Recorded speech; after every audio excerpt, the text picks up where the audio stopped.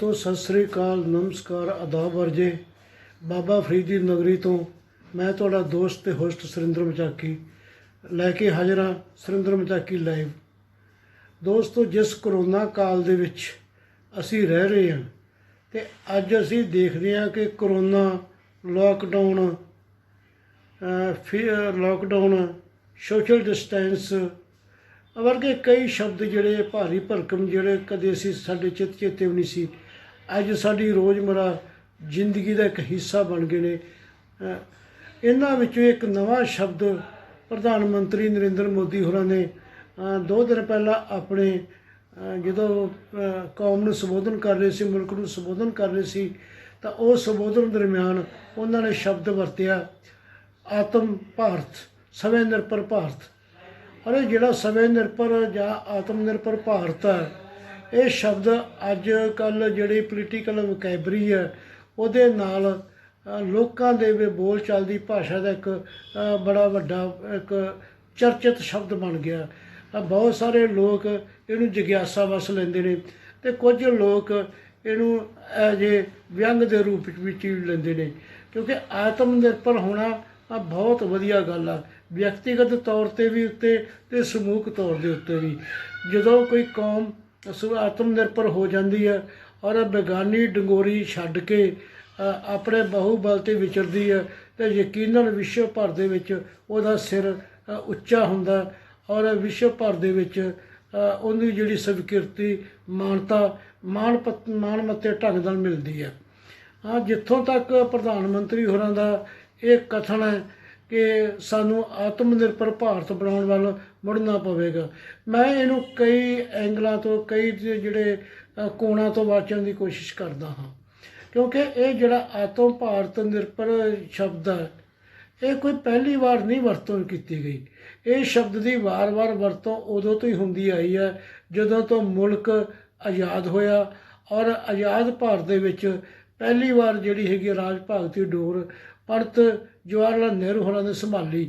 तो उदों उन्होंने जिहड़ा इंडिपेंडेंट इंडिया के नाम के उत्ते सैल्फ डिपेंड इंडिया का नारा भी दिता सी आत्म निर्भर भारत का नारा दिता सी। तो उहदे वास्ते उन्होंने बहुत सारे कदम चुके सी जिन्हां कदमां दे विच्चों आपां पब्लिक सैक्टर की उसारी का विशेष तौर पर जिक्र कर सकते हैं। 5 वर्षी योजना उन्होंने उदों स्टार्ट की ते 9 रतन जिहड़े मुल्क दे विच असीं गिणदे हां उन्हां दी उसारी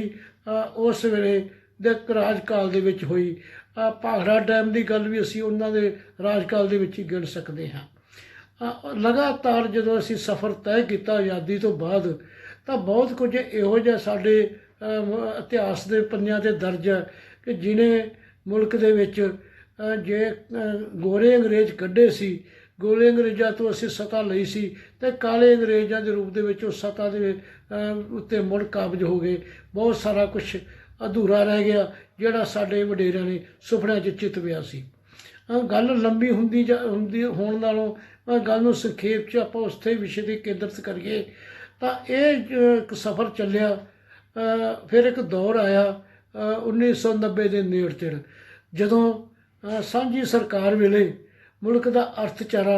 लगातार निमाणा वाल जा रहा सी और जे उस दलदल दे विच फस चुकिया सी तो उस वेले नरसिम्हा राव प्रधानमंत्री बने तो खजाना मंत्री डॉक्टर मनमोहन सिंह बने। उस वेले फिर इन्होंने एक नवा नारा लैके आंदा नवे शब्द इंट्रोड्यूस होए। उन्होंने शब्दों के विचों PP मॉडल भी आया पब्लिक प्राइवेट पार्टनरशिप का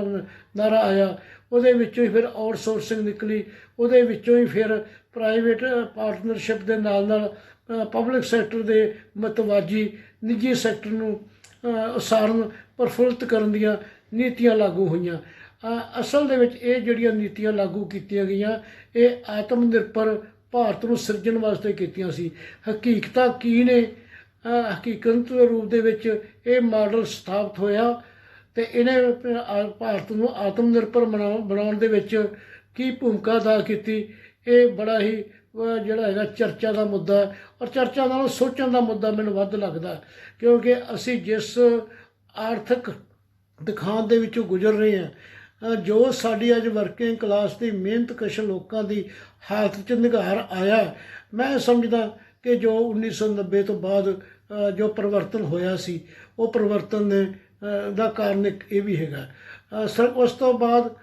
ਜਿਹੜਾ ਇਹ 1990 ਦਾ ਸਫ਼ਰ ਜਾਰੀ ਹੋਇਆ, ਇਹ ਅਟਲ ਬਿਹਾਰੀ ਵਾਜਪਾਈ ਹੋਰਾਂ ਦੇ ਰਾਜਕਾਲ ਦੇ ਵਿੱਚ ਵੀ ਜਾਰੀ ਨਹੀਂ ਰਿਹਾ, ਸਗੋਂ ਇਹ ਦੁਨੀਆ ਦੇ ਇਤਿਹਾਸ ਦੇ ਵਿੱਚ ਪਹਿਲੀ ਵਾਰ ਇੱਕ ਐਗਜ਼ਾਮਪਲ ਸੈੱਟ ਹੋਈ ਹੈ ਕਿ ਕਿਸੇ ਮੁਲਕ ਦੀ ਕਿਸੇ ਸਰਕਾਰ ਨੇ ਅਦਾਰੇ ਉਸਾਰਨ ਲਈ ਨਹੀਂ, ਸਗੋਂ ਡਿਸਇਨਵੈਸਟਮੈਂਟ ਕਰਨ ਲਈ, ਅਦਾਰੇ ਵੇਚਣ ਲਈ, ਅਦਾਰੇ ਤੋੜਨ ਲਈ ਇੱਕ ਵੱਖਰਾ ਮਹਿਕਮਾ ਬਣਾਇਆ ਹੋਵੇ ਔਰ ਉਹਦਾ ਵੱਖਰਾ ਇੱਕ ਵਜ਼ੀਰ ਨਿਸ਼ਚਿਤ ਕੀਤਾ ਹੋਵੇ ਔਰ ਉਹਦੇ ਵਾਸਤੇ ਟਾਰਗੇਟ ਤੈਅ ਕੀਤਾ ਹੋਵੇ ਕਿ ਇਸ ਅਦਾਰੇ ਨੂੰ ਵੇਚ ਕੇ ਜਿਹੜਾ ਹੈਗਾ ਉਹਦਾ ਜਿਹੜਾ ਸਰਮਾਇਆ ਮੁਲਕ ਦੇ ਬਾਕੀ ਸਰਮਾਏ ਦੇ ਵਿੱਚ ਲਾ ਕੇ ਅਸੀਂ ਵਰਤਣਾ ਹੈ। ਜਿਹੜਾ ਪਬਲਿਕ ਸੈਕਟਰ ਨੂੰ ਤੋੜਨ, ਜਾਂ ਮੈਂ ਇਉਂ ਕਹਿ ਲਵਾਂ ਕਿ ਆਤਮ ਭਾਰਤ ਦੇ ਸੰਕਲਪ ਨੂੰ ਦੇ ਆਧਾਰ ਨੂੰ ਖੋਰਨ ਦੀ ਕਾਰਵਾਈ ਸ਼ੁਰੂ ਹੋਈ ਤਾਂ ਉਦੋਂ ਬਹੁਤ ਚਰਚਿਤ ਜਿਹੜੇ ਪਬਲਿਕ ਅਦਾਰੇ ਸੀ ਜਦੋਂ ਤੋੜੇ ਗਏ ਜਾਂ ਭੰਗ ਦੇ ਭਾਅ ਜਿਹੜੇ ਵੇਚੇ ਗਏ, ਉਦੋਂ ਬਹੁਤ ਸਾਰੇ ਸਕੈਂਡਲ ਹੋਣ ਦੇ ਚਰਚੇ ਵੀ ਜਿਹੜੇ ਹੈਗੇ ਆ ਚਰਚਾ ਵਿੱਚ ਆਏ। ਉਸ ਤੋਂ ਬਾਅਦ ਫਿਰ ਜਦੋਂ ਡਾਕਟਰ ਮਨਮੋਹਨ ਸਿੰਘ ਦੀ ਅਗਵਾਈ ਦੇ ਵਿੱਚ UPA 1 ਅਤੇ UPA 2 ਦੀ ਵਾਪਸੀ ਹੋਈ ਕਾਂਗਰਸ ਦੀ, ਉਸ ਵੇਲੇ ਵੀ ਇਹ ਡੀ-ਇਨਵੈਸਟਮੈਂਟ ਦਾ ਜਾਂ ਪਬਲਿਕ ਸੈਕਟਰ ਦੀ ਕਦਰ ਘਟਾਈ ਦਾ ਅਤੇ ਨਿੱਜੀ ਸੈਕਟਰ ਨੂੰ ਉਸਾਰਨ ਦਾ ਅਮਲ ਰੁਕਿਆ ਨਹੀਂ, ਤੇਜ਼ ਹੀ ਹੋਇਆ। ਅਤੇ ਇਹ ਹੁਣ ਜਦੋਂ ਪਹਿਲੀ ਵਾਰ ਨਰਿੰਦਰ ਮੋਦੀ ਹੋਰਾਂ ਦੀ ਅਗਵਾਈ ਦੇ ਵਿੱਚ ਭਾਜਪਾ ਸੱਤਾ ਵਿੱਚ ਆਈ, ਭਾਜਪਾ ਅਤੇ ਕਾਂਗਰਸ ਦੇ ਲੱਖ ਪੋਲੀਟੀਕਲ ਵਖਰੇਵੇਂ ਨੇ, ਪਰ ਆਰਥਿਕ ਪੱਖੋਂ ਦੋਹਾਂ ਦੀਆਂ ਨੀਤੀਆਂ ਇੱਕ ਦੂਜੇ ਦੇ ਕਾਫੀ ਨੇੜੇ ਖੜੀਆਂ ਨੇ। ਸਗੋਂ ਭਾਰਤੀ ਜਨਤਾ ਪਾਰਟੀ ਤਾਂ 4 ਕਦਮ ਕਾਂਗਰਸ ਤੋਂ ਅੱਗੇ ਹੋ ਕੇ ਵੀ ਇਹਨਾਂ ਨੀਤੀਆਂ ਨੂੰ ਲਾਗੂ ਕਰਨ ਲਈ ਔਰ ਕਾਰਪੋਰੇਟ ਸੈਕਟਰ ਦੀ ਪ੍ਰਸ਼ੰਸਾ ਖੱਟਣ ਲਈ, ਸ਼ਾਬਾਸ਼ ਖੱਟਣ ਲਈ ਅੱਗੇ ਰਹੀ ਹੈ। ਔਰ ਲਗਾਤਾਰ ਜੋ ਅਦਾਰੇ ਵੇਚੇ ਗਏ ਨੇ, ਹੁਣ ਜਦੋਂ ਦੂਜੀ ਵਾਰ ਨਰਿੰਦਰ ਮੋਦੀ ਹੋਰਾਂ ਦਾ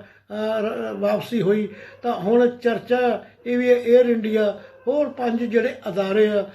ਵੇਚਣ ਦਾ ਅਮਲ ਜਿਹੜਾ ਕਰੋਨਾ ਸੰਕਟ ਕਰਕੇ ਰੁਕਿਆ, ਨਹੀਂ ਤਾਂ ਇਹ ਅਦਰਵਾਈਜ਼ ਮਈ ਜੂਨ ਦੇ ਵਿੱਚ ਪੂਰਾ ਹੋ ਜਾਣਾ ਸੀ। ਇਸ ਪਰਿਸਥਿਤੀਆਂ ਦੇ ਵਿੱਚ ਜਦੋਂ ਪ੍ਰਧਾਨ ਸੇਵਕ ਇਹ ਮੁਲਕ ਨੂੰ ਇਹ ਨਾਅਰਾ ਦਿੰਦੇ ਨੇ ਕਿ ਮੁਲਕ ਨੂੰ ਆਤਮ ਨਿਰਭਰ ਬਣਾਉਣ ਦੀ ਲੋੜ ਹੈ, ਆਤਮ ਨਿਰਭਰ ਭਾਰਤ ਸਿਰਜਣ ਦੀ ਲੋੜ ਹੈ, ਤਾਂ ਮੈਨੂੰ ਇੰਝ ਜਾਪਦਾ ਕਿ ਜੋ ਅਸੀਂ 1990 ਤੋਂ ਲੈ ਕੇ 2020 ਤੱਕ ਜੋ ਅਸੀਂ ਆਰਥਿਕ ਵਿਕਾਸ ਮਾਡਲ ਲਾਗੂ ਕੀਤਾ, ਜੋ ਸਾਡੀ ਆਰਥਿਕਤਾ ਨੇ ਪੈਂਡਾ ਤੈਅ ਕੀਤਾ, ਕਿ ਅਸੀਂ ਉਹਦੇ ਤੋਂ ਵਾਪਸ ਮੁੜਨਾ ਚਾਹੁੰਦੇ ਹਾਂ। ਮੈਂ ਸਪਸ਼ਟ ਰੂਪ 'ਚ ਕਹਿਣਾ ਚਾਹੁੰਦਾ ਕਿ ਪੋਸਟ ਮਨਮੋਹਨ ਸਿੰਘ ਇਕੋਨਮੀ ਤੋਂ ਅਸੀਂ pre doctor Manmohan Singh economy ਵੱਲ ਮੁੜਨਾ ਚਾਹੁੰਦੇ ਹਾਂ। ਜੇ ਸੱਚਮੁੱਚ ਸਾਡਾ ਇਹ ਇਰਾਦਾ ਹੈਗਾ, ਸਾਡਾ ਇਹ ਤਹਈਆ ਹੈਗਾ, ਸਾਡਾ ਇਹ ਸੰਕਲਪ ਹੈਗਾ, ਤਾਂ ਫਿਰ ਸਾਨੂੰ ਇਹ ਵੀ ਸੋਚਣਾ ਪਏਗਾ ਕਿ ਅੱਜ ਜਿਹੜੀ ਕਰੋਨਾ ਟ੍ਰੈਜਡੀ ਨਾਲ ਨਿਪਟਣ ਲਈ ਭਾਰਤ ਸਰਕਾਰ ਆਪਣੇ ਮੋਢਿਆਂ ਦੇ ਉੱਤੇ ਸ਼ਾਬਾਸ਼ ਖੱਟ ਰਹੀ ਹੈ,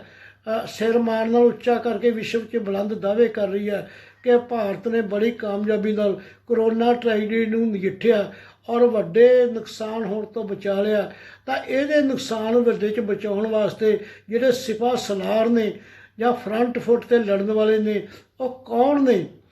ਉਹ ਯਕੀਨਨ ਰੂਪ ਦੇ ਵਿੱਚ ਪਬਲਿਕ ਸੈਕਟਰ ਆ, ਪਬਲਿਕ ਸੈਕਟਰ ਦੇ ਇੰਪਲਾਈਜ਼ ਨੇ, ਚਾਹੇ ਉਹ ਹੈਲਥ ਸੈਕਟਰ ਦੇ ਨਾਲ ਜੁੜੇ ਹੋਏ ਡਾਕਟਰ, ਨਰਸਿਸ, ਪੈਰਾਮੈਡੀਕਲ ਜਾਂ ਹੈਲਥ ਵਿਗਿਆਨੀ ਹੋਣ, ਜਾਂ ਫਿਰ ਪੁਲਿਸ ਦੇ ਸਾਡੇ ਸਿਪਾਹੀ ਹੋਣ, ਜਾਂ ਸਾਡੇ ਸਫਾਈ ਸੇਵਕ ਹੋਣ, ਟੈਕਸੀ ਡਰਾਈਵਰ ਹੋਣ। ਮਸਲਾ ਇਹਦੇ ਰੂਪ 'ਚ ਅਸੀਂ ਦੇਖ ਰਹੇ ਹਾਂ। ਜਿਹੜਾ ਪਬਲਿਕ ਸੈਕਟਰ ਦੇ ਮੁਕਾਬਲੇ ਨਿੱਜੀ ਸੈਕਟਰ, ਨਿੱਜੀ ਹੈਲਥ ਸੈਕਟਰ, ਹੋਰ ਜਿਹੜੇ ਨਾਲ ਕੋ ਸੈਕਟਰ ਨੇ, ਜਿਹੜੇ ਲਾਡਲੇ ਬਣੇ ਹੋਏ ਸੀ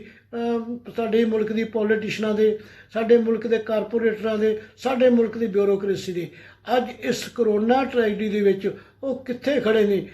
ਅਸੀਂ ਬੜੇ ਖਬਰਾਂ ਉਸ ਤਰ੍ਹਾਂ ਪੜ੍ਹੀਆਂ, ਨਿਰਾਸ਼ਾ ਵੀ ਮਨ 'ਚ ਜਾਗੀ, ਗੁੱਸਾ ਵੀ ਉੱਠਿਆ ਕਿ ਪਬਲਿਕ ਸੈਕਟਰ ਨੂੰ ਨਿੰਦਣ ਵਾਲੇ, ਪਬਲਿਕ ਸੈਕਟਰ ਦੀ ਕੀਮਤ 'ਤੇ ਖੜ੍ਹੇ ਪ੍ਰਾਈਵੇਟ ਹੈਲਥ ਸੈਕਟਰ ਨੇ, ਪ੍ਰਾਈਵੇਟ ਹਸਪਤਾਲਾਂ ਨੇ, ਨਰਸਿੰਗ ਹੋਮ ਨੇ, ਆਪਣੇ ਬੂਹੇ 'ਤੇ ਇਹ ਲਿਖ ਕੇ ਲਾ ਦਿੱਤਾ ਕਿ ਖੰਘ ਅਤੇ ਬੁਖਾਰ ਵਾਲੇ ਮਰੀਜ਼ ਇੱਥੇ ਨਾ ਆਉਣ, ਅਤੇ ਆਪਣੇ ਬੂਹੇ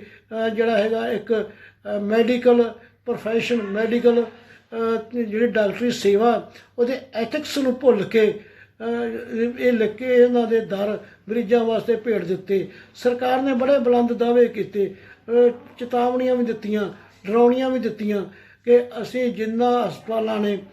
ਮਰੀਜ਼ਾਂ ਨੂੰ ਦਾਖਲ ਨਾ ਕੀਤਾ, ਮਰੀਜ਼ਾਂ ਦੇ ਇਲਾਜ ਕਰਨ ਤੋਂ ਨਾ ਕੀਤੀ, ਉਹਨਾਂ ਦੇ ਲਾਇਸੈਂਸ ਰੱਦ ਕੀਤੇ ਜਾਣਗੇ, ਉਹਨਾਂ ਨੂੰ ਪ੍ਰੈਕਟਿਸ ਕਰਨ ਦੀ ਪ੍ਰਵਾਨਗੀ ਨਹੀਂ ਦਿੱਤੀ ਜਾਏਗੀ, ਵਗੈਰਾ ਵਗੈਰਾ। ਅਮਲੀ ਰੂਪ ਦੇ ਵਿੱਚ ਮੈਨੂੰ ਨਹੀਂ ਦਿਖਦਾ ਕਿ ਇਸ ਐਲਾਨ ਦਾ, ਇਸ ਚੇਤਾਵਨੀ ਦਾ ਕਿਤੇ ਅਸਰ ਹਕੀਕਤ ਰੂਪ ਵਿੱਚ ਦਿਖਿਆ ਹੋਵੇ। ਦੂਜੇ ਪਾਸੇ ਜਦੋਂ ਅਸੀਂ ਇਹਦੀ ਗੱਲ ਕਰ ਰਹੇ ਹਾਂ ਹੈਲਥ ਸੈਕਟਰ ਦੀ, ਤਾਂ ਹੋਰ ਬਹੁਤ ਸਾਰੇ ਨਾਲ ਕੋ ਸੈਕਟਰ ਨੇ। ਮਸਲਨ ਤੌਰ 'ਤੇ ਅੱਜ ਪ੍ਰਧਾਨ ਮੰਤਰੀ ਹੋਰੀ ਕਹਿੰਦੇ ਨੇ ਕਿ ਮੁਲਕ ਦੇ ਵਿੱਚ ਜਿਹੜੀ PP ਕਿੱਟ ਹੈ ਉਹ ਬਣਨੀ ਸ਼ੁਰੂ ਹੋਈ ਹੈ, ਜਿਹੜੀ ਅਸੀਂ ਇਹਨਾਂ ਦਿਨਾਂ 'ਚ ਬਾਹਰੋਂ ਮੰਗਵਾਉਂਦੇ ਸਾਂ। PP ਕਿੱਟਾਂ ਤਾਂ ਪਹਿਲਾਂ ਵੀ ਬਣਦੀਆਂ ਸੀ ਅਤੇ ਹੁਣ ਵੀ ਬਣਦੀਆਂ ਨੇ। ਇਸੇ ਤਰ੍ਹਾਂ ਬਹੁਤ ਸਾਰੀਆਂ ਆਪਾਂ ਗੱਲ ਕਰ ਸਕਦੇ ਹਾਂ ਕਿ ਪ੍ਰਧਾਨ ਮੰਤਰੀ ਦਾ ਜੋ ਐਲਾਨ ਹੈ ਸੱਚਮੁੱਚ ਸੋਚਣ ਲਈ ਮਜਬੂਰ ਕਰਦਾ। ਔਰ ਉਂਝ ਵੀ ਅਸੀਂ ਜੇ ਵਿਸ਼ਵ ਪੱਧਰ ਦੇ ਉੱਤੇ ਜੋ ਤਬਦੀਲੀਆਂ ਧੜਾ ਧੜ ਵਾਪਰ ਰਹੀਆਂ ਨੇ, ਜੋ ਉੱਥੋਂ ਦੀ ਚੇਂਜਿਸ ਆ ਰਹੀਆਂ ਨੇ, ਡਿਵੈਲਪਮੈਂਟਸ ਹੋ ਰਹੀਆਂ ਨੇ, ਉਹਨਾਂ 'ਤੇ ਨਿਗਾਹ ਮਾਰੀਏ ਤਾਂ ਲੋਕਾਂ ਦਾ ਜਿਹੜਾ ਮੋਹ ਭੰਗ ਗਲੋਬਲ ਵਿਲੇਜ, ਸੰਸਾਰਕ ਪਿੰਡ ਦੀ ਰਾਜਨੀਤੀ ਤੋਂ ਜਾਂ ਓਪਨ ਮਾਰਕੀਟ ਦੀ ਇਕੋਨਮੀ ਤੋਂ ਭੰਗ ਹੁੰਦਾ ਨਜ਼ਰ ਆ ਰਿਹਾ। ਔਰ ਕਿਉਂਕਿ ਸਰਕਾਰਾਂ ਇਹ ਮਹਿਸੂਸ ਕਰਨ ਲੱਗ ਪਈਆਂ ਨੇ, ਲੋਕ ਮਹਿਸੂਸ ਕਰਨ ਲੱਗ ਪਏ ਨੇ ਕਿ ਜਿਹੜਾ ਇਹ ਡਿਵੈਲਪਮੈਂਟ ਮਾਡਲ ਲਾਗੂ ਕੀਤਾ ਗਿਆ, ਇਹਦਾ ਕੇਂਦਰ ਬਿੰਦੂ, ਇਹਦਾ ਧੁਰਾ ਮਨੁੱਖ ਨਹੀਂ, ਇਹਦਾ ਧੁਰਾ ਸਾਡਾ ਐਨਵਾਇਰਮੈਂਟ ਨਹੀਂ, ਇਹਦਾ ਧੁਰਾ ਜਿਹੜੇ ਸਾਡੇ ਜੀਵ ਜੰਤੂ ਪਸ਼ਮੀ ਜਾਂ ਸਾਡੇ ਜਿਹੜੀ ਹੈਗੀ ਐਕੋਲੋਜੀ ਨਹੀਂ, ਇਹਦਾ ਧੁਰਾ ਸਿਰਫ ਅਤੇ ਸਿਰਫ ਜਿਹੜਾ ਹੈਗਾ ਮੁਨਾਫਾ ਹੈ ਅਤੇ ਮੁਨਾਫੇ ਨੂੰ ਵਧਾਉਣਾ ਹੈ, ਅਤੇ ਇਹਦੇ ਵਿੱਚ ਮਾਨਵੀ ਗੁਣ ਸਾਰੇ ਮੰਨਫੀ ਨੇ। ਇਹ ਜਿਹੜੇ ਸੰਕਟ ਹੁਣ ਮੁਲਕ ਤੋਂ ਬਾਹਰ ਅਸੀਂ ਜਦੋਂ ਵਿਸ਼ਵ ਪੱਧਰ 'ਤੇ ਨਿਗਾਹ ਮਾਰਦੇ ਹਾਂ, ਵੱਖ-ਵੱਖ ਮੁਲਕਾਂ ਦੇ ਵਿੱਚ ਬੇਚੈਨੀ ਪੈ ਰਹੀ ਹੈ, ਬੇਚੈਨੀ ਵੱਧ ਰਹੀ ਹੈ। ਉਹ ਬੇਚੈਨੀ ਕਿਤੇ ਨਾ ਕਿਤੇ ਮਿਸਲੀਡ ਹੋ ਕੇ ਅੱਤਵਾਦ ਦਾ ਵੀ ਜਿਹੜਾ ਰਸਤਾ ਅਖਤਿਆਰ ਕਰਦੀ ਆ, ਹੋਰ ਕਈ ਤਰ੍ਹਾਂ ਦੀਆਂ ਸਮੱਸਿਆਵਾਂ ਖੜੀਆਂ ਕਰਦੀ ਆ। ਉਹਦੀ ਮੂਲ ਚੂਲ ਜੇ ਕਿਤੇ ਪਈ ਨਜ਼ਰ ਆ ਰਹੀ ਹੈ ਤਾਂ ਇਹ ਨਜ਼ਰ ਆ ਰਹੀ ਹੈ ਜਿਹੜਾ ਅਸੀਂ ਮਾਡਲ ਲਾਗੂ ਕੀਤਾ, ਔਰ ਜਿਹੜਾ ਮਾਡਲ ਨੂੰ ਅਸੀਂ ਜਿਹੜਾ ਲਾਗੂ ਆਪਣਾ ਧੜਾ ਧੜ ਅਪਣਾ ਰਹੇ ਹਾਂ। ਭਾਰਤ ਦੇ ਸੰਦਰਭ ਦੇ ਵਿੱਚ ਅਸੀਂ ਇਹਨੂੰ ਬੜੀ ਖੂਬਸੂਰਤੀ ਦਾ, ਬੜਾ ਅਸੀਂ ਵਧੀਆ ਢੰਗ ਨਾਲ ਸਮਝ ਸਕਦੇ ਹਾਂ। ਤਾਂ ਪ੍ਰਧਾਨ ਮੰਤਰੀ ਹੋਰਾਂ ਦਾ ਇਹ ਸ਼ਬਦ ਵਾਰ-ਵਾਰ ਆਪਣੀ ਸਪੀਚ ਇੱਕ ਨਹੀਂ ਕਿੰਨੇ ਵਾਰੀ ਦੁਹਰਾਉਣਾ ਕਿ ਸੈਲਫ ਡਿਪੈਂਡ ਇੰਡੀਆ ਅਤੇ ਆਤਮ ਨਿਰਭਰ ਭਾਰਤ ਬਣਾਉਣਾ, ਤਾਂ ਇਹ ਮੈਨੂੰ ਮਹਿਸੂਸ ਹੋ ਰਿਹਾ ਕਿ ਇਹ ਗੱਲੀ ਬਾਤੀ ਨਹੀਂ ਜਾਂ ਜੁਮਲੇਬਾਜ਼ੀ ਨਾਲ ਨਹੀਂ ਬਣਨਾ। ਇਹਦੇ ਵਾਸਤੇ ਸਾਨੂੰ ਉਹ ਨੀਤੀਆਂ, ਉਹ ਸਾਨੂੰ ਜਿਹੜੀਆਂ ਨੀਅਤ ਅਤੇ ਆਪਣੀ ਨੀਤੀ ਮੁੜ ਤੋਂ ਸੋਚਣੀ, ਮੁੜ ਤੋਂ ਜਿਹੜੀ ਬਦਲਣੀ ਪੈਣੀ ਹੈ। ਕਿ ਸਾਡੇ ਮੁਲਕ ਦੇ ਨੀਤੀ ਘਾੜੇ, ਸਾਡੇ ਮੁਲਕ ਦੀ ਪੋਲੀਟੀਕਲ ਕਲਾਸ, ਖਾਸ ਕਰਕੇ ਜਿਹੜੀ ਹਾਕਮ ਕਲਾਸ ਹੈ, ਉਹ ਇਸ ਲਈ ਤਿਆਰ ਆ। ਸਵਾਲ ਬੜਾ ਵੱਡਾ ਹੈ ਅਤੇ ਜਵਾਬ ਜਿਹੜਾ ਹੈਗਾ ਅੱਜ ਨਹੀਂ, ਆਉਣ ਵਾਲੇ ਸਮੇਂ ਦੇ ਵਿੱਚ ਸਰਕਾਰ ਦੀ ਕਹਿਣੀ ਅਤੇ ਕਰਨੀ ਨੇ ਜਦੋਂ ਲੋਕਾਂ ਦੇ ਜਦੋਂ ਪ੍ਰੈਕਟਿਸ ਵਿੱਚ ਆਉਣਾ ਉਦੋਂ ਸਪਸ਼ਟ ਹੋਵੇਗਾ। ਫਿਲਹਾਲ ਮੈਂ ਆਪਣੀ ਗੱਲ ਨੂੰ ਇੱਥੇ ਹੀ ਜਿਹੜਾ ਹੈਗਾ ਸਮਾਪਤ ਕਰਦਾ ਹੋਇਆ ਤੁਹਾਡੇ ਤੋਂ ਇਜਾਜ਼ਤ ਚਾਹੁੰਦਾ, ਔਰ ਇਸ ਵਾਅਦੇ ਨਾਲ ਇਜਾਜ਼ਤ ਚਾਹੁੰਦਾ ਕਿ ਭਵਿੱਖ ਦੇ ਵਿੱਚ ਵੀ ਕਿਸੇ ਹੋਰ ਮੁੱਦੇ ਨੂੰ ਲੈ ਕੇ ਤੁਹਾਡੇ ਰੂਬਰੂ ਹੋਵਾਂਗਾ। ਆਪਣੇ ਮਨ ਕੀ ਬਾਤ ਜੋ ਅਸਲ ਦੇ ਵਿੱਚ ਮੇਰੇ ਮਨ ਕੀ ਬਾਤ ਨਹੀਂ, ਇਹ ਤੁਹਾਡੇ ਮਨ ਕੀ ਬਾਤ ਹੈ, ਉਹ ਤੁਹਾਡੇ ਨਾਲ ਸਾਂਝੀ ਕਰਾਂਗਾ। ਅਤੇ ਉਹਨਾਂ ਚਿਰ ਟੇਕ ਕੇਅਰ, ਸੋਸ਼ਲ ਜਿਹੜੀ ਹੈਗੀ ਸਾਂਝ ਬਣਾ ਕੇ ਰੱਖਿਓ, ਦੇਹ ਦੂਰੀ, ਸਰੀਰਕ ਦੂਰੀ ਵਧਾ ਕੇ ਰੱਖਿਓ, ਅਤੇ ਅਲਵਿਦਾ। ਫਿਰ ਮਿਲਾਂਗੇ। ਇਸ ਵਾਅਦੇ ਨਾਲ ਤੁਹਾਡੇ ਤੋਂ ਇਜਾਜ਼ਤ ਚਾਹੁੰਦਾ ਮੈਂ ਹਾਂ ਤੁਹਾਡਾ ਸੁਰਿੰਦਰ ਮਚਾਕੀ।